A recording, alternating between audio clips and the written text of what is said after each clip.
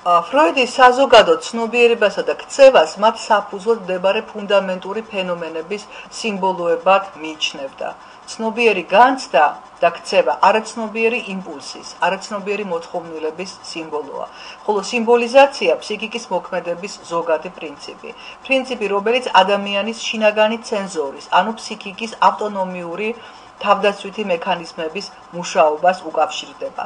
ფსიქიკური მექანიზმი, რომელსაც პირობითად ფროიდმა და ხატოვნად შინაგანი ცენზორი უწოდა, ნიღბავს სახეს უცვლის ცივილური კულტურული ადამიანისათვის მიუღებელ არაცნობიერ ძალებს, რაც უწყვეტი სიმბოლოდ წარმოქმნის მიზეზად იქცევა. ცნობიერება არა პირდაპირ, არამედ სიმბოლოთა სახით ასახავს არაცნობიერში არსებულ ლატენტურ, ფარულ, მაგრამ რეალურ და ფუნდამენტურ ძალებს. აღნიშნული თვალსაზრისით კულტურა და კონკრეტულად ხელოვნება ნიშანია, რომლის მეცნიერული კვლევაც უცილობლად უკავშირდება სიმბოლური ენის წვდომას, ნიშანთა დეკოდირებას და მათ მიღმა არსებულ არაცნობიერ ფენომენთა შესწავლას. ფსიქოანალიზი მიუთითებს ორი ტიპის სიზმარზე. პირველი სიმბოლიზირების გარეშე პირდაპირ ახდენს გარკვეული ტენდენციების რეალიზებას, მაგალითად, ბავშვის სიზმრად აკრძალულ მარწყვს მიირთმევს. მეორე ტიპის სიზმარი კი სიმბოლოთა გამოყენებით მოთხოვნილების მეტაფორულ, ან არაპირდაპირ დაკმაყოფილებას უკავშირდება.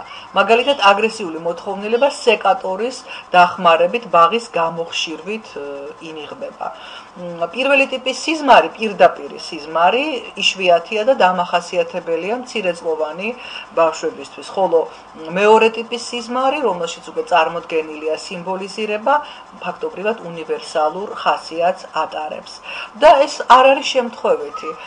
ფროიდის განმარტებით, მოზრდილი ადამიანის მოთხოვნილებები, აკრძალული, ტაბუდადებული მოთხოვნილებები იმდენად მიუღებელია ჩვენი ცნობიერებისთვის, მე ვიმეორებ, არაცნობიერში არსებული მოთხოვნილებები იმდენად მიუღებელია ცნობიერებისთვის, იმდენად ეწინააღმდეგება ეს მოთხოვნილებები სოციალურსა თუ ეთიკურ ნორმებს, რომ აუცილებელი ხდება მათი შენიღვა და მათი სიმბოლიზირება.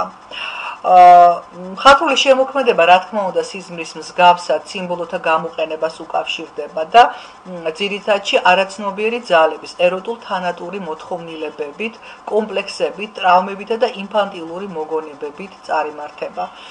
შემოქმედების საფუძველსაც დაუკმაყოფილებელი ლტოლვები შეადგენენ, მაგრამ სიზმრისგან განსხვავებით შემოქმედების საფუძველში, როგორც უკვე აღნიშნე, უფრო ინტენსიური ფსიქოლოგიური პრობლემა თუ კონფლიქტი იგულისხმება, რომლის გადაწყვეტა და განეიტრალებაც სიზმრის შესაძლებლობათა საზღვრებს სცილდება. ამიტომაც ამ შემთხვევაში სიზმართან შედარებით უფრო ქმედითი და ინტენსიური ფსიქოლოგიური მექანიზმი ჩაერთვის. მას ფროიდის გაგებით მხატვრული აქტივობა სიზმრისეული აქტივობის ერთგვარი გაგრძელებაა, მისი ინტენსიური ფორმაა, თავისებური ცხადში ზმანებაა. და როგორც აღნიშნე, შინაგანმა კონფლიქტმა და არარეალიზებული მოთხოვნილებების სიჭარბემ შეიძლება ფსიქიკურ დარღვევამდეც მიიყვანოს ადამიანი, რომლის სიმპტომებიც ფროიდს ასევე ვსაუბრობ ამ შემთხვევაში ფსიქიური დაავადების სიმპტომებზე, ისინი ფროიდს ასევე ფსიქოლოგიური პრობლემებისა და ტრაუმის სიმბოლურ ასახვად და მათ პათოლოგიურ რეალიზებად ესახება. ფროიდის ხელოვნების თეორიაში ცენტრალური ადგილი ლიბიდოს ფენომენს ეთმობა. ლიბიდო ქართულად ითარგმნება როგორც ლტოლვა. ფროიდმა ამ ტერმინით აღნიშნა ფსიქიკური ენერგია. საინტერესოა, რომ ლიბიდოს პირველი ანალიზი ციცერონს უკავშირდება, ციცერონი ერთმანეთს udარებს ლიბიდოს, ანუ ლტოლვას, სურვილს და სიხარულს. თუ კი სიხარული ლაეცდიდია რეალურ აქტუალურ კეთილდღეობასთან ამიმართებაში, ლიბიდო, ლტოლვა მომავალი სიამის განჭვრეტაა. ფიზიკოსმა მაიერმა ტერმინი ლიბიდო ენერგიის მნიშვნელობით ფიზიკაში შემოიტანა. ფროიდმა კი ფსიქოლოგიური და სამედიცინო მნიშვნელობით დატვირთვა. მაშ ფსიქოანალიზში ლიბიდო სექსუალური ლტოლვაა, სექსუალური ლტოლვის ენერგია, რომელსაც მდინარის ნაკადის მსგავსად დაყოფა, ავსება, ნაპირებიდან გადმოსვა, კლება, მიმართულების შეცვლა და ასე შემდეგ შეუძლია. ლიბიდო როგორც სექსუალურ აგრესიული ენერგია თანდაყოლილია და უნივერსალური ყველა ცოცხალი არსებისათვის.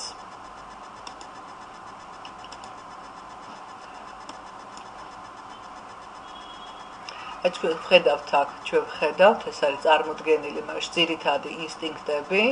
ფროიდის მიხედვით სლაიდზე ეროსი და თანატოსი.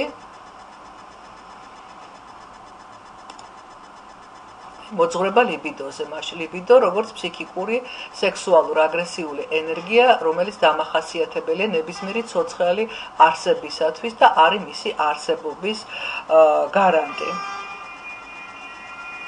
ეს ის ენერგია, რომელსაც მოქმედებაში მოყავს ორგანიზმი და რომელიც მისი ცხოველქმედების განვითარებისა და ზრდის საფუძველს წარმოადგენს. ფროიდის ხელოვნების თეორიას შემოქმედების ფუნდამენტად ლიბიდო, ანუ ეროტულ თანატურ იმპულსთა ერთიანობა ესახება. სიცოცხლისა და სიკვდილის ინსტინქტთა ერთიანობა და მათ საფუძველზე ჩამოყალიბებული ლიბიდო ესახება. ხატვის, ცეკვის, სიმღერისა თუ სასცენო მოქმედების წყაროდ და პირველ მიზეზად კრეატორის არაცნობიერში არსებული ლიბიდონალური ენერგიაა მიჩნეული. ენერგია, რომელიც დაგროვილი ბიოლოგიური მოთხოვნილებებით საზრდოობს და გამოვლენას, განმუხტვას, დაცლას ესწარაფვის. ფართო მნიშვნელობით გაგებული შემოქმედება და კონკრეტულად ხელოვნებაც ლიბიდონალური ენერგიის გამოვლენასა და განმუხტვას წარმოადგენს. ლიბიდონალური ენერგიის განმუხტვის პირდაპირი გზა მისი დანიშნულების შესაბამისად გამრავლების პროცესს უკავშირდება, მაგრამ ადამიანის ფსიქიკური ენერგია ყოველთვის პირდაპირ გზას არ ირჩევს და არაბიოლოგიური წმინდა ადამიანური ან მაღალი მიზნებისადმი მიიმართება, რაც კულტურისა და ხელოვნების ფენომენთა აღმოცენება განვითარების ფსიქოლოგიურ საფუძველს იძლევა. ზემოთ განხილული თვალსაზრისით უკავშირდება ოტო რანკის სახელგანთქმული ფრაზა ხელოვანი ლიდერია, რომელიც სათავეში უდგას კაცობრიობას კულტურისადმი მტრულად განწყობილი ინსტინქტების მოთვინიერებისა და გაკეთილშობილებისათვის უწყვეტი ბრძოლის პროცესში. ინსტინქტთა ტირანის წინააღმდეგ ბრძოლა ესთეტიკური განცდების საწინრად იქცევა. ლიბიდოს როგორც სიცოცხლისა და აქტივობის პირველ საწყისისა თუ პირველ მიზეზის, სიცოცხლის უნივერსალური პრინციპის ცნება ფილოსოფიური სიცოცხლის ნების ფსიქოლოგიური ანალოგია. ფროიდმა სიცოცხლის ნების ფილოსოფიური ტერმინი ფსიქოლოგიური შინაარსით დატვირთა და გაამდიდრა. მხატვრული შემოქმედების ეროსთან ან ეროტიკასთან კავშირის იდეა, რა თქმა უნდა, ახალი არაა. ბერძნული მითოსი ეროს შემოქმედებით ძალად კოსმიურ აღმშენებლობით საწყისად მიიჩნევს. სიყვარული და შემოქმედება არქეტიპულად განუყოფელია და ერთ მთელს, ერთმთლიანობას ქმნის. არსებობს თვალსაზრისი, რომელიც ლიბიდოს ეროსისა და თანატოსის ფენომენებში მხოლოდ ბიოლოგიურ მნიშვნელობას არ გულისხმობს და მათ მეტაფორულ დატვირთვას ანიჭებს. ეროსი და თანატოსი მეტაფიზიკური სტიქიების, კოსმიური სიყვარულისა და სიძულვილის სახით განიხილება. უნდა აღინიშნოს ეროსის მიმართ ხელოვნების განსაკუთრებული და გამორჩეული ინტერესი. იგულისხმება როგორც სხეულისადმი გამძაფრებული ყურადღება, ასევე ეროტული თემების ფართო და ამოუწურავი გაშუქება.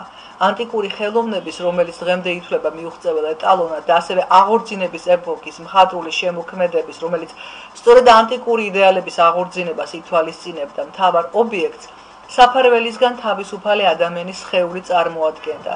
შემოქმედების უმძლავრეს სტიმულად შემთხვევით როდი იქცა აფროდიტე, ვენერა, სილამაზისა და სიყვარულის ქალღმერთი, რომლის დაუსრულებელი ინტერპრეტაციების მაგალითებია პირველყოფილი კერპები, პირობითად ვენერას წოდებულნი, ანტიკური ვენერა მილოსელი, ბოტიჩელის ვენერას დაბადება, ველასკესის ვენერას სარკესთან, მანეს ოლიმპია და ასე შემდეგ. მაგრამ ფსიქოანალიზი ასე ცალსახად როდი აღნიშნავს, როდი აშუქებს ეროსის თემას. თავისი პირველადი ფორმით ეროსი თანატურია, ანუ სექსუალობა აგრესიასთანაა შეზრდილ შესისყორცებული. სიყვარული და სიძულვილი ერთი მონეტის ორი მხარეა. ლიბიდონალური ენერგია ფაქტობრივად ორპოლუსიანია, ამბივალენტურია, რადგანაც სიყვარულ სიძულვილის ერთძლევამოსილ ვნებად შერწყმას გულისხმობს. კარლ გუსტავ იუნგმა, ფროიდის უსაყვარლესმა მიმდევარმა, ერთ-ერთი პირველი მონოგრაფია სწორედ ლიბიდოს თემას უძღვნა. ამ მონოგრაფიის სათაურია ლიბიდო და მისი მეტამორფოზები. ავტორი ლიბიდოს ფართო გაგებას გვთავაზობს. მასში გულისხმობს არა მხოლოდ სექსუალურ, არამედ საზოგადოდ ფსიქიკურ ენერგიას. ლიბიდო სწრაფვათა კონაა, სისტემაა, რომელშიც სქესობრივი ლტოლვა მხოლოდ შემადგენელ ნაწილად იქცევა. იუნგს უფრო მართებულად მიაჩნია ფსიქიკური ენერგიის ტერმინის გამოყენება. ვერ არსებობდეს არავითარი ეჭვი მუსიკის სექსუალური ძირებისა, წერს იუნგი, მაგრამ უაზრობაა და უგემოვნობაა ხელოვნების შეყვანა სექსუალობის კატეგორიაში. ეს იგივეა კეოლნის ტაძარი მინერალოგიის ტერმინებში განვიხილოთ, რადგანაც იგი ქვებისგან, მინერალებისგან არის ნაგებიო. ხელოვნება და კულტურა ფსიქოანალიზ ბიოლოგიური, თანდაყოლილი, ზოგჯერ ველური და დაუმორჩილებელი ძალებისგან თავდაცვის სახით ესმის. კულტურა ადამიანის გარშემო დამცავ კეთლად აღიმართება და მას სტიქიური, ველური პირველყოფილი ძალებისგან იცავს ზუსტად ისე, როგორც პრეისტორიულ ხანაში ჩვენმა წინაპრებმა პირველი დასახლებები შექმნეს და მაღალი დამცავი ზღუდით მკვეთრად გამიჯნეს თავი ბუნებისგან. ეს დამცავი და კომფორტის მომტანი ზღუდი ადამიანის ფსიქიკაშიც აღიმართა, რომლის მიღმა ცივილური ადამიანისთვის მიუღებელი და მოუთვინიერებელი ბიოლოგიური ან ბუნებრივი საწყისი აღმოჩნდა. ადამიანის ერთ-ერთ მთავარ საზრუნავად ბუნებისგან, როგორც გარეშე ბუნების, ასევე საკუთარ თავში არსებული ბიოლოგიური ძალებისგან მუდმივი თავდაცვა და თავდაცვის ახალი დახვეწილი სტრატეგიების შემუშავება იქცა. ბუნებისა თუ ინსტინქტაგან თავდაცვის, მათი მოთვინიერების ყველაზე ეფექტურ იარაღად ფსიქოანალიზ კულტურა ესახება.